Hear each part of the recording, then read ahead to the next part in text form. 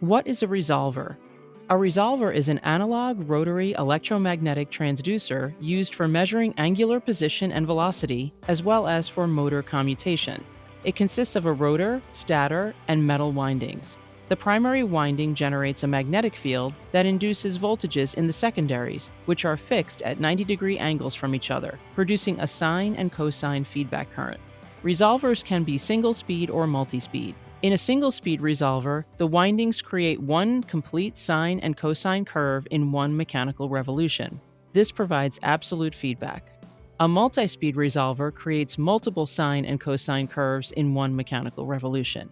This provides higher accuracy and smoother motion. Due to their robust design and lack of onboard electronics, resolvers are used in applications with high temperatures, high shock and vibration, radiation, and contamination. They are used in a variety of industries, including manufacturing, aerospace, and military applications. If you like this information on resolvers, please like this video and subscribe to our channel for more videos. For general information about Radwell, visit us on the web at radwell.com or connect with us on social media. Thanks for watching.